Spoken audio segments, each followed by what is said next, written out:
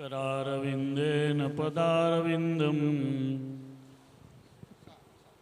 मुखारविन्दे विनिवेशयन्तं वटस्य पत्रस्य पुटेशयानं बालं मुकुन्दं मनसा स्मरामि। श्रीकृष्ण गोविन्द हरे मुरारी।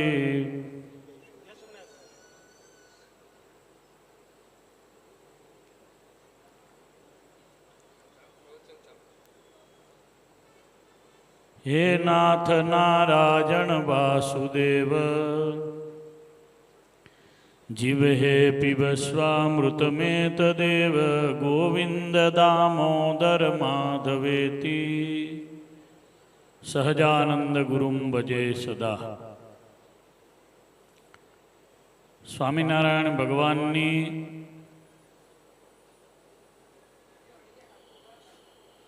प्रसादीनी तीर्थभूमि गुडेल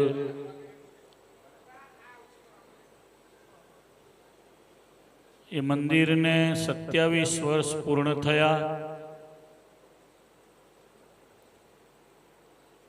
मंदिर में बिराजमान भगवान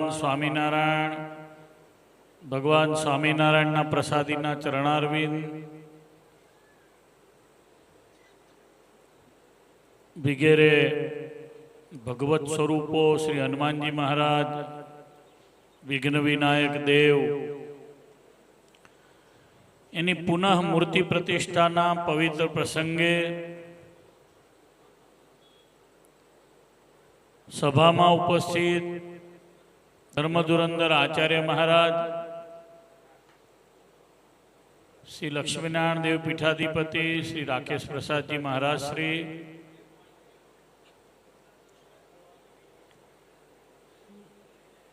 ज्ञान वार्तानो लाभ आप्यो छे एवा पूज्य ज्ञानवल्लभ स्वामी, अमरा वडील पूज्य सद्गुरु बापू स्वामी, आदरणीय सर्वे संतो, गुडेल गामना वडील श्री हठीभाई घनश्याम सिंह जी, सर्वे वडीलों,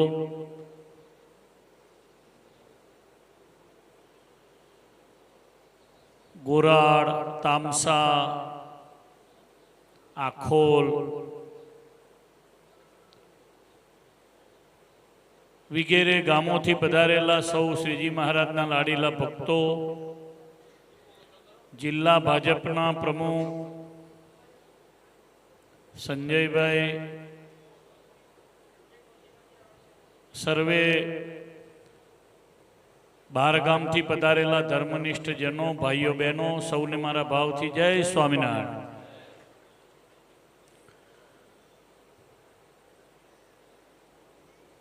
आ गाम वड़ताल में भगवान स्वामीनारायण ना प्रताप थी खूब इफेक्टेड गाम पहले थी रह्यु छे। कारण के सद्गुरु पुराणी स्वामी धर्म स्वरूपदास जी स्वामी जे हता एमणे आ गामना हता, एमणे चाणोदनु मंदिर बनाव्यु, एमणे काशीनु मंदिर बनाव्यु,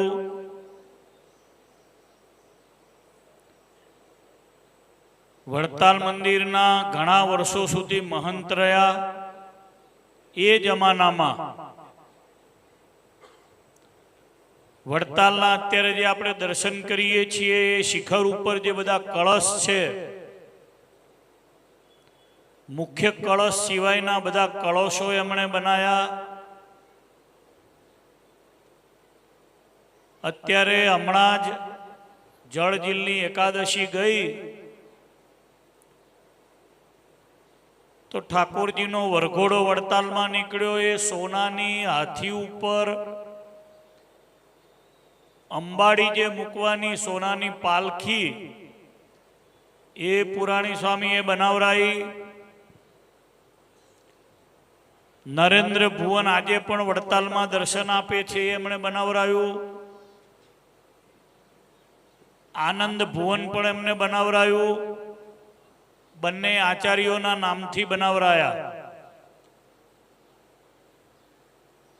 વડતાલમાં સોના ચાંદીના મંદિરમાં દર વર્ષે હિંડોળામાં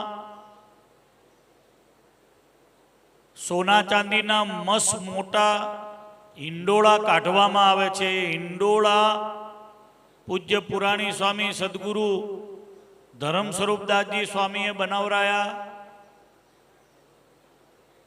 વડતાલમાં પહેલા બધા જ પાર્ષદો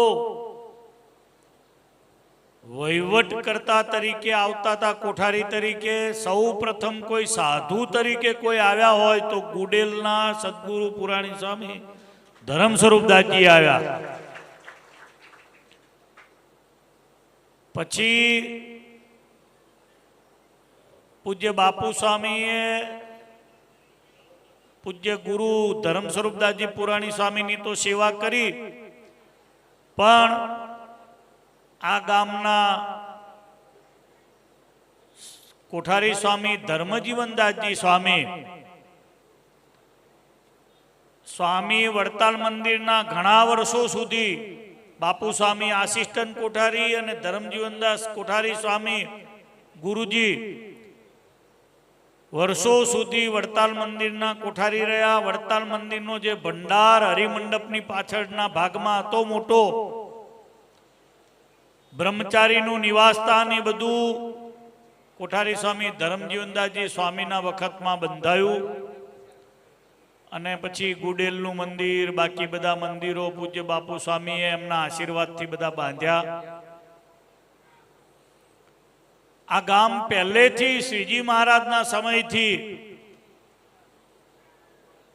સ્વામિનારાયણ ભગવાનના વિશ્વાસનું આ ગામ છે.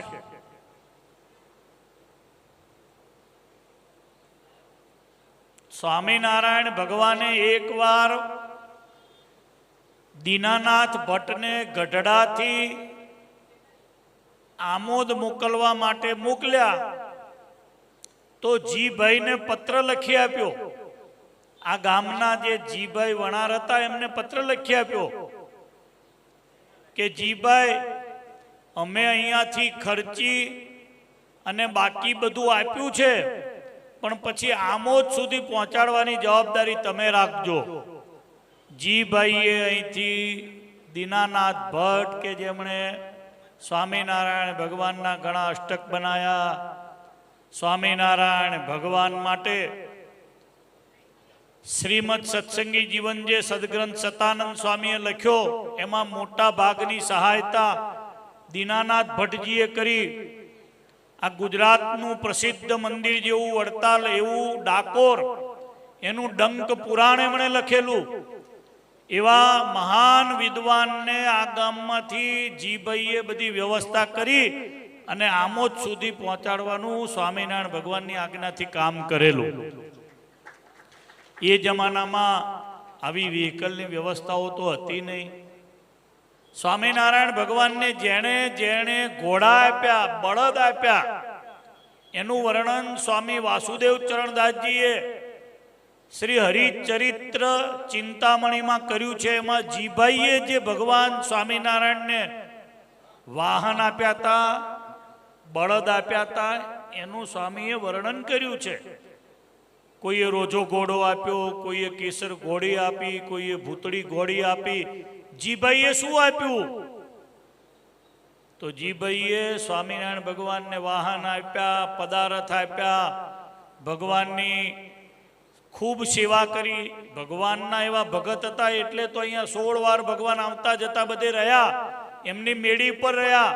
આ હામુ તળાવ છે, તળાવનું નામ પાટીદાર તળાવ, શાસ્ત્રમાં લખેલું છે એટલે કહું છું. તો એ તળાવ જે છે એની પાળે ભગવાને ઘણીવાર ટીમણ કર્યું, બધી વાત સાચી, પણ પાટીદાર ભક્તોનો અને જીભાઈ જેવા ક્ષત્રિય ભક્તોનો ભાવ હતો એટલે અને ધાડ પડી ત્યારે જીભાઈએ પોતાનો જીવ પણ સત્સંગી માટે આપી દીધો, એવું સંપ્રદાયના ઇતિહાસમાં નોંધાયેલું આ ગામ છે. અને આ ગામનો સત્સંગની રીતે જીર્ણોદ્ધાર કર્યો એ પૂજ્ય કાનજી ભગતજીએ કર્યો. ઘેર ઘેર ભગતજી ફર્યા, ઘેર ઘેર સહજાનંદ સ્વામી મહારાજ પધરાયા.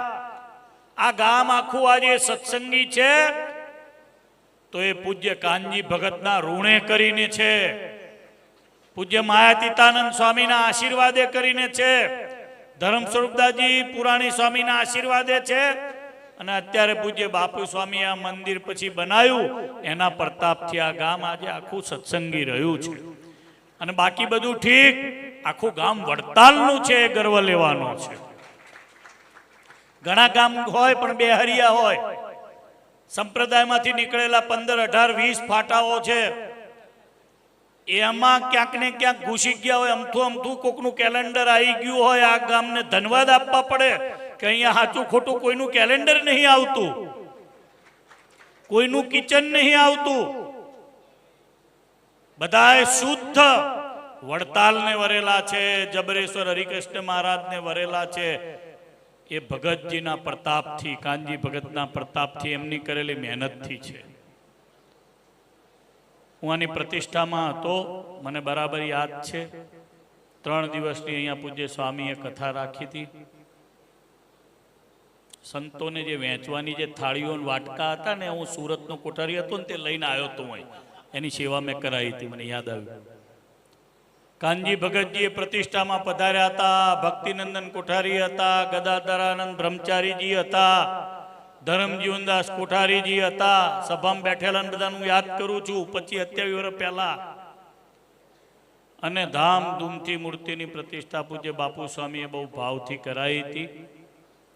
આપણે બધા સ્વામિનારાયણ ભગવાનના છીએ. સ્વામિનારાયણ ભગવાન પ્રગટ થયા, જીવનું કલ્યાણ કરવા પ્રગટ થયા. આ શરીર વારે વારે નથી મળતું, આ સત્સંગ તો ક્યારેય નથી મળતો. કદાચ કોઈને શરીર મળી જાય, શરીરધારી તો આ બ્રહ્માંડમાં 7 અબજ લોકો છે, હજારો કરોડો લોકો ફરે છે વગર સત્સંગના. સ્વામિનારાયણ ભગવાનના પ્રતાપથી આપણને સત્સંગ મળી ગયો. આ સત્સંગ દેવતાઓને પણ દુર્લભ છે એવી વાત સ્વામિનારાયણ ભગવાનના તળાવની પાળે બોલ્યા છે. ત્યાં મંદિરમાં જે માતમ છે એમાં લખેલું છે, આપણા શાસ્ત્રોમાં લખ્યું છે. બહુ સત્સંગ તાજો છે, સત્સંગ બહુ દિવ્ય છે.